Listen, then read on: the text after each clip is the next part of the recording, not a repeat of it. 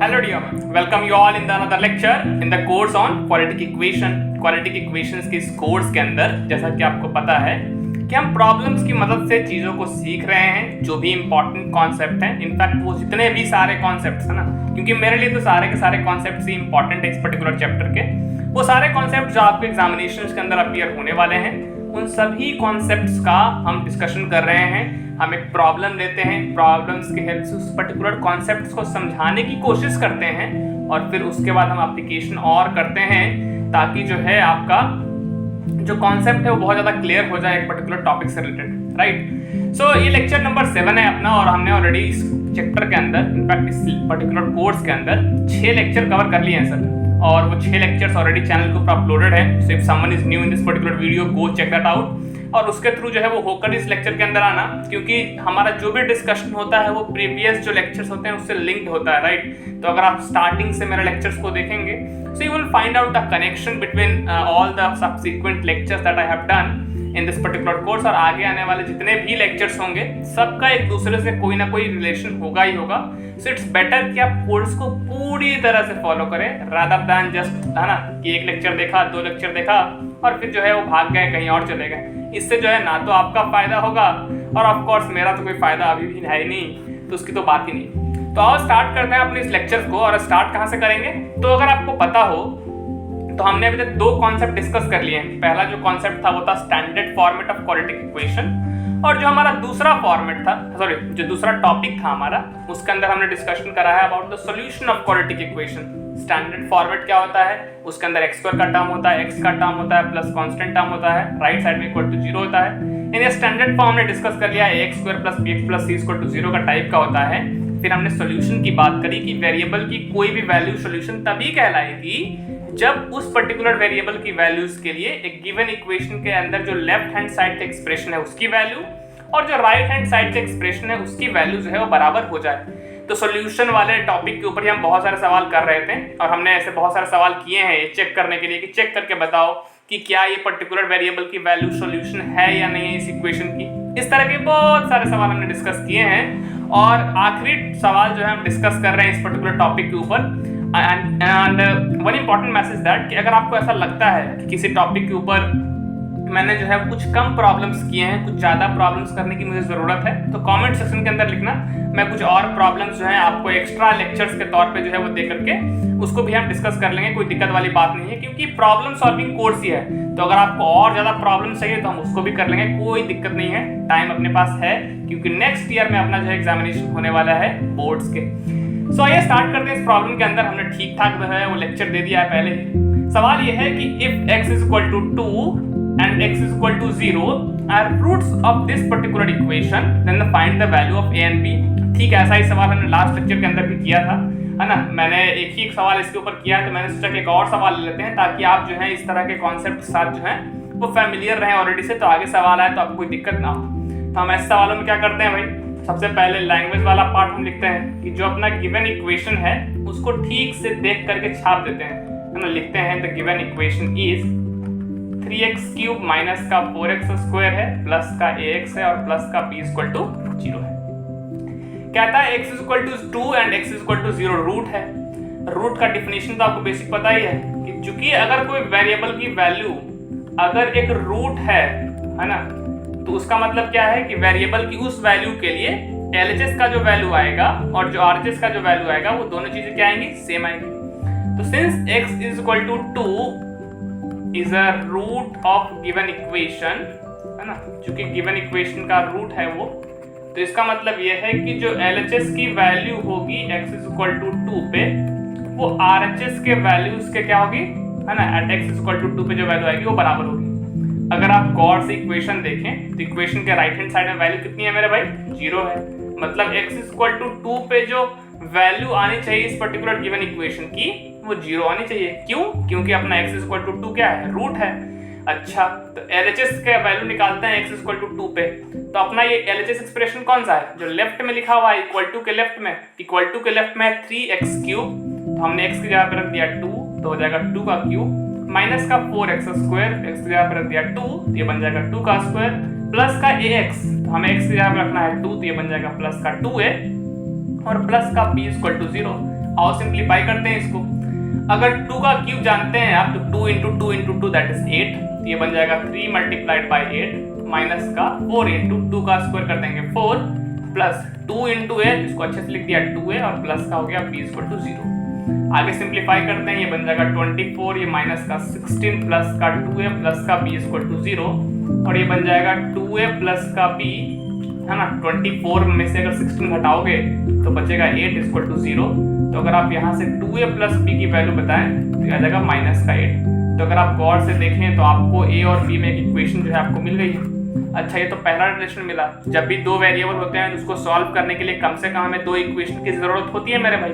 तो दूसरा इक्वेशन कहाँ से लाएं? तो दूसरा इक्वेशन के लिए अपना ये दूसरा कंडीशन है ना कि x इक्वल टू 0 भी इसका रूट है। आ रही बात समझ में कि x इक्वल टू 0 भी इसका रूट है। तो चलो इसका भी यूज कर लेते हैं। तो चूंकि x equal to 0 is also a root of, है ना, also a root of given equation, तो x इक्वल टू 0 पर जो LHS की वैल्यू आनी चाहिए वो RHS की वैल्यू आनी चाहिए उसी वैल्यू पे। तो LHS at x is equal to 0 must be equal to RHS at x is equal to 0। तो चलो RHS तो आप देख ही सकते हैं कि 0 है क्योंकि इक्वेशन तो वही है ना। अगर हम बात करें रूट्स बदल गए हैं बट इक्वेशन तो वही है, तो राइट हैंड साइड में अभी भी तो 0 ही है, तो RHS की वैल्यू अभी भी 0 है। अच्छा, अब LHS की वैल्यू निकालनी है x is equal to 0 पर, तो रखो तो 3 टाइम्स ऑफ x क्यूब, तो 0 का क्यूब माइनस का 4 टाइम्स ऑफ 0 का स्क्वायर प्लस का a टाइम्स ऑफ 0 और प्लस का b इक्वल टू 0। ये भी 0 हो जाएगा क्योंकि कोई भी नंबर को अगर 0 से मल्टीप्लाई करते हैं तो ऑफ कोर्स 0। तो यहाँ से आपको b की वैल्यू क्या मिल गई? b की वैल्यू मिल गई 0। और अगर इस b की वैल्यू को इक्वेशन 1 में पुट करें, है ना, मतलब ये कि यूजिंग इक्वेशन 1 वी हैव, तो अगर आप 1 इक्वेशन के अंदर b की वैल्यू पुट करेंगे तो 2a प्लस का b that is 0 equal to minus का 8। सो हो जाएगा 2a इक्वल टू माइनस का 8, तो आपके पास a की वैल्यू आ जाएगी माइनस का 4। ये माइनस का 4 कहाँ से लाए? जब ये 2 लेफ्ट हैंड साइड से राइट हैंड साइड में जाएगा तो ये माइनस का 8 डिवाइड बाई 2 बन जाएगा ना, और 2 से 8 कैंसिल होकर के बाद माइनस 4 आ जाएगा। तो इसका मतलब ये है कि एक्चुअली में x की जो वैल्यू है हमारे पास, सॉरी a की जो वैल्यू है वो माइनस का 4 है और b की जो वैल्यू है वो 0 आ गई। क्वेश्चन वाले ने हमसे ये पूछा था कि find the value of a and b, तो हमने a की वैल्यू -4 निकाल ली और b की वैल्यू 0। तो इस क्वेश्चन के साथ जो हमारा कॉन्सेप्ट था सॉल्यूशन वाला, हमने इसके ऊपर इनफ प्रॉब्लम कर लिए हैं ऑलरेडी, तो हम इस कॉन्सेप्ट को यहीं पे एंड करते हैं, है ना। ऑलरेडी हमने बहुत सारे टाइप्स के प्रॉब्लम कर लिए हैं, कैसे है ना चेक करते हैं कि एक वेरिएबल की गिवन वैल्यू सॉल्यूशन है या नहीं है। हमने ये भी दिखाया कि शो कैसे करते हैं कि वैल्यू जो है वो सॉल्यूशन है, इस तरह का क्वेश्चन। फिर जब दो वेरिएबल्स की वैल्यू दे दी जाए तब क्या करेंगे और कैसे चेक करेंगे। और इनफैक्ट अगर कोई बोल दे कि क्या होनी चाहिए, एक अननोन गायब करके आपसे पूछ दे कि इसकी वैल्यू क्या रखें कि रूट हो जाए, तो इस तरह के हमने सवाल ऑलरेडी डिस्कस कर लिए हैं। और भी अगर आपको प्रॉब्लम्स चाहिए होंगे तो किस तरह के प्रॉब्लम्स चाहिए ये मेंशन कर देना आपको, है ना, कमेंट के अंदर। मैं एक एक्स्ट्रा लेक्चर्स लेकर के उन सारे प्रॉब्लम्स को डिस्कस कर लूंगा। फिलहाल हम मूव करेंगे अगले कॉन्सेप्ट के ऊपर। अब जो हमारा अगला टॉपिक होने वाला है, मैं आपको थोड़ा सा एक ब्रीफ इंट्रोडक्शन उसके बारे में देता हूँ। हमने अभी तक क्या डिस्कशन किया? हमने डिस्कशन किया कि standard form of quadratic equation होता क्या है। फिर हमने डिस्कशन किया कि कैसे चेक करते हैं कि गिवन वेरिएबल की वैल्यू सॉल्यूशन है या नहीं है। अब हम आगे जाकर के डिस्कस करने वाले हैं, इनफैक्ट अभी से हमारा वो कारवा शुरू होगा। हम डिस्कशन करने जा रहे हैं अबाउट कि कैसे गिवन क्वाड्रेटिक इक्वेशन के सॉल्यूशन को हम फाइंड कर सकते हैं। अभी तक हमें क्या करता था, कोई क्वेश्चन वाला हमसे बोलता था कि बताओ x इज इक्वल टू 2 इस इक्वेशन का रूट है कि नहीं, x इज इक्वल टू 5 इस इक्वेशन का रूट है कि नहीं। ठीक है, हम बहुत सारे डिस्कशन अब करेंगे कैसे क्वाड्रेटिक इक्वेशन का रूट हम खुद से फाइंड कर सकते हैं, है ना। क्या क्वाड्रेटिक इक्वेशन के रूट्स एक से ज्यादा होते हैं, क्या कितने होते हैं, कोई फिक्स वैल्यू है क्या कि एक से ज्यादा रूट्स पॉसिबल है, दो से ज्यादा रूट्स पॉसिबल है, या इनफाइनाइट रूट्स हैं। इन सारी चीजों का डिस्कशन हम करेंगे सबसीक्वेंट लेक्चर्स के अंदर। बट फिलहाल आज हम जो है उसी की ओर थोड़ा सा हल्का सा कदम लेंगे by learning the concept of discriminant. अभी आपको समझ में नहीं आएगा कि डिस्क्रिमिनेंट हम क्यों सीख रहे हैं। मैं आपको जब आगे लेक्चर्स के अंदर वो थोड़ा सा पीछे से रिलेट करूंगा तो आपको काफी मजा आएगा। फिलहाल आज मैं केवल इस चीज के ऊपर डिस्कशन करने वाला हूँ कि डिस्क्रिमिनेंट होता क्या है। तो अगर आप क्वेश्चन देखेंगे, जैसा कि आपको पता है कि हम सारे कॉन्सेप्ट्स को क्वेश्चंस के थ्रू ही सीखते हैं, तो यहाँ पे भी एक प्रॉब्लम लेके आया हूँ और इसके बाद बहुत सारे और भी प्रॉब्लम्स जिसका हम डिस्कशन कर रहे होंगे। सवाल यह है कि find the discriminant of the given quadratic equation. तो आपको एक ही टर्म नहीं दिख रहा होगा, समझ में नहीं आ रहा होगा कुछ कि डिस्क्रिमिनेंट क्या होता है। तो चलो मैं समझाता हूँ इसको। अभी तक हमने एक बात करी है जरूर कि कोई भी अगर क्वाड्रेटिक इक्वेशन है तो उस क्वाड्रेटिक इक्वेशन का जनरल फॉर्म क्या आता है, उसके अंदर एक एक्स स्क्वायर का टर्म होता है, उसके अंदर एक एक्स का टर्म होता है, कांस्टेंट टर्म होता है और राइट में जीरो। अच्छा, फिर हमने आपको यही बताया है ऑलरेडी कि कैसे हम इक्वेशन को देख करके ए बी सी की वैल्यू निकालते हैं। ए हमारा होता है coefficient of x square, b हमारा होता है कोफिशिएंट ऑफ एक्स, और जो हमारा सी होता है वो होता है कांस्टेंट टर्म, है कि नहीं। तो आप किसी भी गिवन इक्वेशन को स्टैंडर्ड फॉर्म में ला करके आप ए बी सी की वैल्यू निकाल सकते हैं। तो डिस्क्रिमिनेंट की जब हम बात करते हैं तो डिस्क्रिमिनेंट की अगर हम वैल्यूज की बात करें, डिस्क्रिमिनेंट को हम शॉर्ट में डी से रिप्रेजेंट करते हैं। तो जब कहीं भी आपको कोई डिस्क्रिमिनेंट की वैल्यू पूछे तो बी स्क्वायर माइनस का 4ac का जो वैल्यू आएगा है ना, वही आपका डिस्क्रिमिनेंट का वैल्यू आएगा। अब आपको भी शुरुआत में लग रहा होगा ये वैल्यू, ये बी स्क्वायर माइनस 4ac कहाँ से आया। तो ये सारी चीजें हम आगे डेरिवेशन कर रहे होंगे, क्वाड्रेटिक फॉर्मूला नाम का टॉपिक जो है उसके अंदर, तो आपको समझ में आएगा कि क्यों d equal to b square minus 4ac ही लिखा। ठीक है, फिलहाल अभी के लिए आपको क्या करना है, कोई भी क्वाड्रेटिक इक्वेशन अगर आपको दे और आपसे उसका डिस्क्रिमिनेंट पूछे तो आपको इस पर्टिकुलर एक्सप्रेशन का वैल्यू निकालना है कि आप इक्वेशन को देखिए, ए बी सी की वैल्यू निकालिए और जो भी वैल्यू आए ए बी सी की वो इस एक्सप्रेशन के अंदर जो है वो पुट कर दीजिए। जो भी आपकी वैल्यू आ जाएगी वो आपका डिस्क्रिमिनेंट हो जाएगा। इसको हम और समझते हैं इस पर्टिकुलर प्रॉब्लम्स के ऊपर, और बहुत सारे होमवर्क प्रॉब्लम भी देंगे आपको। सवाल यह है कि find the discriminant of given quadratic equation. तो अगर आप गौर से देखें तो जो हमारा गिवन क्वाड्रेटिक इक्वेशन है वो कौन सा है, वो है अपना एक्स स्क्वायर प्लस का 5x प्लस का 6 इज इक्वल टू 0। सबसे पहले डिस्क्रिमिनेंट की वैल्यू निकालने के लिए हमें एबीसी की वैल्यू की जरूरत पड़ती है। तो एबीसी कैसे निकालोगे, तो इसको कंपेयर कर लेना है ना, जो भी आपका क्वाड्रेटिक इक्वेशन है आप उसको स्टैंडर्ड फॉर्म के साथ कंपेयर कर लेना। स्टैंडर्ड फॉर्म मतलब ax square plus bx plus c equal to 0 के साथ। तो अगर कंपेयर करोगे तो x स्क्वायर कोफिशिएंट है a, तो अगर इस इक्वेशन में देखोगे तो x स्क्वायर कोफिशिएंट कितना है, 1 है। x का कोफिशिएंट होता है b, तो x का कोफिशिएंट कितना है, 5 है यहाँ पे, तो b की वैल्यू 5 आ जाएगी। और कांस्टेंट टर्म कितना है, देखो यहाँ पे c, तो यहाँ पे कांस्टेंट टर्म दिख जाएगा 6। तो आप गिवन इक्वेशन को देख करके इतने समझदार तो हो ही चुके हैं कि एबीसी की वैल्यू निकाल सकते हैं।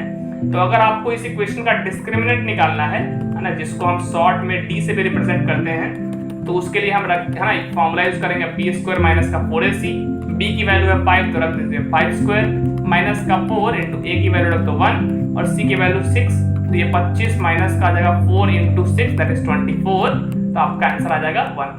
तो यही है, कुछ करना नहीं है, आपको ये फॉर्मूला याद रखना है कि डिस्क्रिमिनेंट की वैल्यू होती है बी स्क्वायर माइनस 4ac। तो जब भी इक्वेशन देगा एबीसी की वैल्यू हम देख लेंगे है ना, ए क्या होता है coefficient of x square, b क्या होता है कोफिशिएंट ऑफ एक्स, सी क्या होता है कांस्टेंट टर्म, उसकी वैल्यूज को हम पुट कर देंगे इस पर्टिकुलर एक्सप्रेशन के अंदर, तो अपना डिस्क्रिमिनेंट का वैल्यू आ जाएगा। कुछ होमवर्क प्रॉब्लम मैं आपको दे रहा हूँ, आप उसको करके आइएगा, अगले लेक्चर के अंदर हम उसका डिस्कशन करेंगे। एक होमवर्क प्रॉब्लम ये रहा, that is question number B. दूसरा होमवर्क प्रॉब्लम आपके पास ये रहा, that is question number C. ये दो प्रॉब्लम आप घर से ट्राई करके आइएगा ताकि आप ए बी सी की वैल्यू चेक करना जान जाएं, कैसे आपको ए बी सी की वैल्यू पुट करनी है, ये सब जानना सीख जाएं आप। तो ये था आज का हमारा लेक्चर, डिस्कशन हुआ सॉल्यूशन का, एक सॉल्यूशन ऑफ द टॉपिक है ना, क्वाड्रेटिक इक्वेशन के एक टॉपिक के क्वेश्चन का। फिर हमने डिस्कशन किया बेसिक डिस्क्रिमिनेंट होता क्या है क्वाड्रेटिक इक्वेशन का, b square minus 4ac formula होता है। आगे हम इसके बारे में और डिस्कशन कर रहे होंगे, फिलहाल हम इसी के ऊपर बहुत सारे प्रॉब्लम करने वाले हैं आने वाले लेक्चर्स के अंदर। So stay tuned with the channel for upcoming updates, till then keep learning and stay everybody. और जैसा कि हर एक लेक्चर के अंदर बोलता हूँ, ड्रीम्स को कभी है ना खोने मत दे अपने आप को, बिलीव करें ड्रीम विल कम ट्रू, उसके ऊपर हर दिन छोटा छोटा स्टेप्स लेते रहिएगा। सो ये एक पॉजिटिव मैसेज है, एंड करते हैं इस लेक्चर को यहीं पे। See you all dear in the next one.